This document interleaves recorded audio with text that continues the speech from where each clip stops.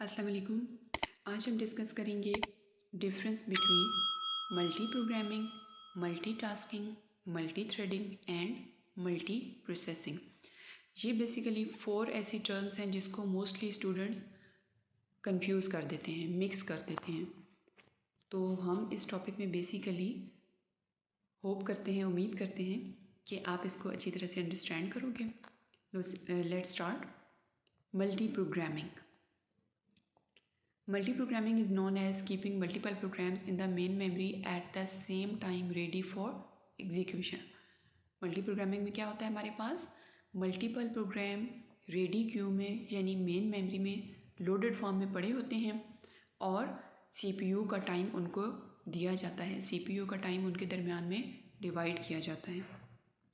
अब अपनी अपनी टर्न पे जो है वो प्रोसेसर सीपीयू को अवेल कर सकते हैं और जब उनमें कोई आईओ इंटरप्ट आता है तो उनको अनलोड करके वापस मेन मेमोरी में भेजा जाता है और सेकंड कोई प्रोसेस जो होता है उसको जॉब पूल से पिक किया जाता है और उसको जो है वो सीपीयू का टाइम अलॉट कर दिया जाता है। सेकंड अगर हम देखें मल्टी प्रोसेसिंग, तो मल्टी प्रोसेसिंग में क्या होता है कि एक से ज़्यादा सीपीयू, एक से ज़्यादा प्रोसेसर मिलकर काम कर रहे होते हैं और वहाँ पे क्या होता है कि वो ज़्यादा एक्टिविटीज़ को परफॉर्म कर सकते हैं। मल्टीटास्किंग को अगर देखें तो multitasking is nothing but multi programming with a round robin scheduling algorithm.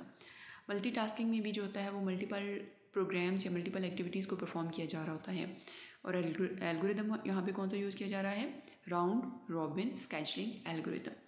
Round robin scheduling algorithm basically क्या होता है, प्रोसेसेस एक सर्कल की फॉर्म में एग्जीक्यूट हो रहे होते हैं और जो जो उनमें से एक्टिविटीज़ हो जाती हैं वो उस सर्कल में से निकलती जाती हैं। देन लास्ट हमारे पास आता है मल्टी थ्रेडिंग। मल्टी थ्रेडिंग जो है वो मल्टी टास्किंग की एक एक्सटेंशन है।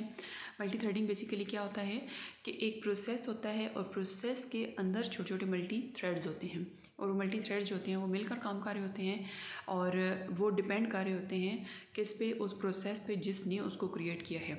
क्यों? क्योंकि वो एड्रेस, मेमोरी और जो पीसीबी वगैरह होते हैं वो शेयर कर रहे होते हैं उस प्रोसेस का अपने पेरेंट का जिसके वो चाइल्ड्स होते हैं। अगर हम एक कंपैरिजन की फॉर्म में इनको देखें, फीचर्स सबसे पहले हमारे पास हैं, डेफिनेशन है, रिसोर्स शेयरिंग है, स्केड्यूलिंग है, मेमोरी मैनेजमेंट है, कॉन्टैक्ट स्विचिंग है एंड इंटर प्रोसेस कम्युनिकेशन की बेस पे जो है वो हम इन सब को देखेंगे। सबसे पहले हम डिस्कस करते हैं मल्टी प्रोग्रामिंग। डेफिनेशन अगर हम मल्टी प्रोग्रामिंग की देखें तो इसमें क्या होता है, running multiple programs on a single CPU, यानी हमारे पास प्रोसेसर या सीपीयू एक होता है और उस पे हम मल्टीपल प्रोग्राम्स को रन कर रहे होते हैं। अगर हम मल्टीटास्किंग की बात करें, रनिंग मल्टीपल टास्क और application on a single CPU. Multi programming में हम मल्टीपल प्रोग्राम्स को रन कर रहे हैं, मल्टीटास्किंग में हम मल्टीपल टास्क को परफॉर्म कर रहे हैं और दोनों केसेस में क्या है, हमारे पास सीपीयू एक है। अगर हम मल्टी थ्रेडिंग की बात करें तो running multiple threads with in a single task, काम एक ही है, एक्टिविटी एक ही है, प्रोसेस एक ही है, लेकिन उसके अंदर थ्रेड्स जो हैं वो एक से ज़्यादा हैं। अगर हम मल्टी प्रोसेसिंग की बात करें तो यहाँ पे अब प्रोसेसिंग, मल्टी प्रोसेसिंग मीन्स कि प्रोसेसर ज़्यादा हो गए हैं। Running multiple processes on multiple CPU या कोर्स, तो क्या होगा कि मल्टीपल जो प्रोसेसेस होंगे वो डिफरेंट जो मशीन्स हैं, डिफरेंट जो हमारे पास प्रोसेसर हैं वो उन पे रन हो रहे होंगे, तो फिर यहाँ पे काम जल्दी हो जाएगा ना। मल्टी प्रोसेसिंग में जब ज़्यादा दिमाग होंगे तो काम भी जल्दी होगा। देन अगर हम इसकी बात करें रिसोर्स शेयरिंग की, तो जो मल्टी प्रोग्रामिंग होती है उसमें जो रिसोर्सेज होते हैं लाइक सीपीयू हो गया या मेन मेमोरी हो गई, तो उनको शेयर किया जाता है अमंग प्रोग्राम्स। मल्टी प्रोग्रामिंग में मल्टीपल प्रोग्राम्स जो होते हैं वो सीपीयू का टाइम या मेमोरी जो होती है वो उसको शेयर कर रहे होते हैं। मल्टीटास्किंग में देखें तो यही सेम जो दो रिसोर्सेज हैं हमारे पास, सीपीयू हो गया, मेन मेमोरी हो गई, तो इनको शेयर किया जा रहा होता है अमंग मल्टीपल टास्क। थर्ड अगर हम देखें मल्टी थ्रेडिंग में, तो यहाँ पे भी जो रिसोर्सेज हैं उनको शेयर किया जा रहा होता है थ्रेड्स के दरमियान। और अगर हम मल्टी प्रोसेसिंग में देखें तो हर प्रोसेस का अपना जो है वो रिसोर्स होगा। जब सीपीयू हर किसी का डिफरेंट है तो मेन मेमोरी भी जो है वो उसका अपना अपना पार्ट्स उनके डिफरेंट होंगे। तो मल्टी प्रोसेसिंग में जो रिसोर्सेज होंगे वो शेयर नहीं किए जा रहे होंगे बल्कि हर प्रोसेस का अपने रिसोर्सेज होंगे। बाकी जो तीनों केसेस थे मल्टी प्रोग्रामिंग में मल्टीपल प्रोग्राम्स के दरम्यान में रिसोर्सेज को शेयर किया जा रहा है, मल्टी प्रोसेसिंग में जो है वो हर प्रोसेस का अपना जो है वो रिसोर्सेज हैं। मल्टी थ्रेडिंग और मल्टी टास्किंग को अगर हम देखें तो वहाँ पे भी चीज़ों को शेयर किया जा रहा है। देन अगर हम देखें स्केजलिंग, तो हमारे पास जो मल्टी प्रोग्रामिंग होती है वहाँ पे राउंड रॉबिन या फिर प्रायोरिटी स्केजलिंग यूज़ होती है। सीपीयू के टाइम को प्रोसेसेस के या प्रोग्राम्स के दरमियान में डिवाइड करने के लिए। प्रायोरिटी स्केजलिंग में बेसिकली क्या होता है, प्रोसेसेस होते हैं हमारे पास हायर प्रायोरिटी और लोअर प्रायोरिटी वाले। तो मोस्टली जो है वो हायर प्रायोरिटी प्रोसेसेस को जो है वो पहले सीपीयू का टाइम दिया जाएगा और जो लोअर प्रायोरिटी प्रोसेसेस होंगे उनको लास्ट में दिया जाएगा। और राउंड रॉबिन में जैसे हमने आगे डिस्कस किया कि एक सर्कल के फॉर्म में प्रोसेसेस आते जाएंगे, लाइक P1 P2 P3।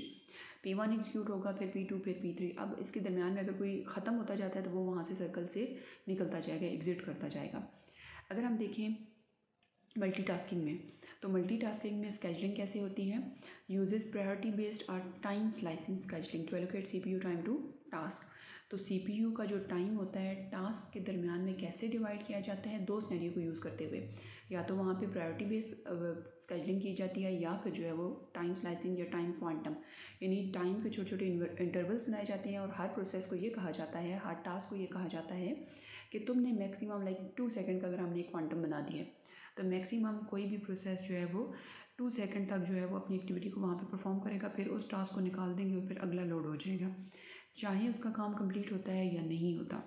अगर हम मल्टी थ्रेडिंग का केस देखें, वहाँ पे स्केजलिंग कैसी होती है, यहाँ पे यूज़ किया जाता है प्रायोरिटी बेस्ड या फिर time slicing scheduling to allocate CPU time to threads. यानी मल्टीटास्किंग में और मल्टी थ्रेडिंग में सेम सिनेरियो यूज़ किया जा रहा है, प्रायोरिटी बेस्ड या फिर टाइम स्लाइसिंग वाला। लास्ट अगर हम मल्टी प्रोसेसिंग की बात करें तो यहाँ पे हर प्रोसेस जो होता है can have its own scheduling algorithm. Memory भी सबकी अपनी है, सीपीयू भी सबका अपना है, सब अलहदा मशीन्स पे रन हो रहे हैं और सब के अपने अपने एल्गोरिदम हैं। देन अगर हम देखें मेमोरी मैनेजमेंट की, तो मेमोरी कैसे मैनेज करते हैं मल्टी प्रोग्रामिंग में। मल्टी प्रोग्रामिंग में क्या होगा, each program has its own memory space. हर प्रोग्राम की अपनी मेमोरी स्पेस है। टास्क में बात करें तो each task has its own memory space. अगर हम थ्रेडिंग में बात करें तो थ्रेड जो होते हैं बेसिकली वो शेयर कर रहे होते हैं, वो जिस टास्क का या जिस प्रोसेस का पार्ट होते हैं उसकी मेमोरी को। और अगर हम मल्टी प्रोसेसिंग की बात करें तो each process has its own memory space. यहाँ पे जो है हर प्रोसेस की अपनी अपनी मेमोरी स्पेस होगी। देन अगर हम कॉन्टेक्स्ट स्विचिंग की बात करें तो पहले हम देख लेते हैं कॉन्टेक्स्ट स्विचिंग कॉन्सेप्ट क्या है। कॉन्टेक्स्ट स्विचिंग बोलते हैं कि जब हमारे पास multiple programs at the same time execute हो रहे होते हैं, कभी सीपीयू में P1 एग्जीक्यूट हो रहा है, उसके बाद वो निकलता है तो P2 आ जाता है, वो निकलता है तो P3 आ जाता है, वो निकलता है तो P4 आ जाता है। इस तरह मल्टीपल प्रोग्राम जब एग्जीक्यूट हो रहे होते हैं तो उनका डेटा क्या मिक्स नहीं होगा, क्या उनका डेटा लॉस्ट नहीं होगा, या P1 जो है उसका डेटा P2 यूज़ कर लेगा या P2 का डेटा P3 यूज़ कर लेगा। तो इस तरह क्या होगा, एक खिचड़ी बन जाएगी, एक मिक्सअप बन जाएगा। तो इस चीज़ को अवॉइड करने के लिए कॉन्टेक्स्ट स्विचिंग का कॉन्सेप्ट यूज़ किया जाता है, जिसमें हर प्रोसेस जब निकलता है तो उसकी स्टेट को लॉक कर दिया जाता है। जब न्यू प्रोसेस आता है तो उसको पहले से कुछ भी पड़ा हुआ नहीं मिलता, वो अपना काम करेगा, जब वो निकलेगा तो उसकी स्टेट को लॉक कर दिया जाएगा। अब जब वापस वो प्रोसेसेस अपनी टर्न पे सीपीयू के टाइम को अवेल करेंगे तो उनकी जो स्टेट लॉक की थी उसको रिज्यूम किया जाता है और जहाँ तक उनका काम हो चुका है वहीं से उसको कंटिन्यू किया जाता है। जो पिछला पोर्शन वो कंप्लीट कर चुके हैं वो दोबारा से एग्जीक्यूट नहीं किया जाता। अच्छा, अब मल्टी प्रोग्रामिंग में देखें, requires a context switch to switch between programs, यानी प्रोग्राम्स के दरमियान में अगर स्विच करना है तो कॉन्टेक्स्ट स्विचिंग होगी। अगर हम मल्टीटास्किंग में देखें तो इसमें भी कॉन्टेक्स्ट स्विच रिक्वायर्ड है टास्क के दरमियान में स्विच करने के लिए। अगर हम देखें मल्टी थ्रेडिंग को तो यहाँ पे भी कॉन्टेक्स्ट स्विचिंग रिक्वायर्ड है स्विच करने के लिए थ्रेड्स के दरमियान में। और अगर हम मल्टी प्रोसेसिंग देखें तो requires a context switch to switch between processes. तो बेसिकली अब ये चारों जो हैं कॉन्टेक्स्ट स्विचिंग के कॉन्सेप्ट को यूज़ कर रही हैं ताकि अगर मल्टीपल प्रोग्राम्स हैं, मल्टीपल हमारे पास टास्क हैं, मल्टीपल हमारे पास थ्रेड्स हैं या मल्टीपल हमारे पास प्रोसेसर्स हैं, तो चारों केसेस में जो है डेटा मिक्सअप ना हो और सब जो हैं वो कॉन्टेक्स्ट स्विचिंग के कॉन्सेप्ट को यूज़ कर रहे हैं। लास्ट इसमें जो हमारे पास डिफरेंस आता है वो है इंटर प्रोसेस कम्युनिकेशन के अगर प्रोग्राम्स हैं, हमारे पास टास्क हैं, थ्रेड हैं या मल्टी प्रोसेसिंग का कॉन्सेप्ट है, तो यहाँ पे जितनी भी जो भी चीज़ यूज़ हो रही है, प्रोग्राम्स वगैरह हैं, तो वो आपस में कम्युनिकेट कैसे करेंगे, वो आपस में एक दूसरे की स्टेट को कैसे जान सकते हैं, उनको कैसे हम सिंक्रोनाइज़ कर सकते हैं। तो उसके लिए इंटर प्रोसेस कम्युनिकेशन यूज़ होती है। अगर हम मल्टी प्रोग्रामिंग में देखें तो यूजेस मैसेज पासिंग या फिर शेयर्ड मेमोरी फॉर आईपीसी। यहाँ पे मैसेज पासिंग का मेथड यूज़ होता है या फिर शेयर्ड मेमोरी का यूज़ होता है। अगर हम देखें मल्टी टास्किंग में तो यूजेस मैसेज पासिंग और शेयर्ड मेमोरी फॉर आईपीसी, दोनों में सेम हो गया। थर्ड, अगर हम देखें मल्टी थ्रेडिंग को तो uses thread synchronisation mechanism like locks use होते हैं, यहाँ पे सीमाफोर यूज़ होते हैं फॉर आईपीसी। मल्टी थ्रेडिंग में बेसिकली प्रोसेसेस के दरमियान सिंक्रोनाइजेशन को अचीव करने के लिए लॉक कर दिया जाता है या तो उनकी स्टेट को, या फिर सीमाफोर यूज़ किए जाते हैं। सीमाफोर क्या होते हैं? सीमाफोर बेसिकली इंटीजर वेरिएबल्स होते हैं जो कि सिंक्रोनाइजेशन को अचीव करने के लिए, और प्रोसेसेस जब क्रिटिकल सेक्शन को एक्सेस कर रहे होते हैं तो उस चीज़ में फिर वहाँ पे सीमाफोर्स इंटीजर वेरिएबल्स को यूज़ किया जाता है ताकि कोई भी प्रोसेस जो है वो किसी दूसरे प्रोसेस के एरिया में ना जा सके। आप प्रोसेसेस जो है आपस में कम्युनिकेट करने के लिए फिर इस तरह के मेथड्स यूज़ करेंगे। अगर हम देखें multi processing uses inter process communication mechanism pipes के थ्रू और सॉकेट्स के थ्रू जो है ये आपस में बातचीत करते हैं।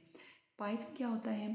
पाइप्स जो होता है हमारे पास जब प्रोसेसेस मिलकर पैरेलली काम कर रहे होते हैं, और सॉकेट्स में भी जो है इसके एंड पॉइंट्स होते हैं, इसके थ्रू जो होते हैं वो आपस में कम्युनिकेट कर रहे होते हैं।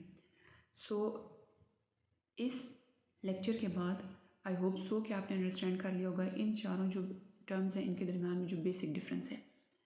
So thanks for watching this video and don't forget to like, share and subscribe Tech and CS department.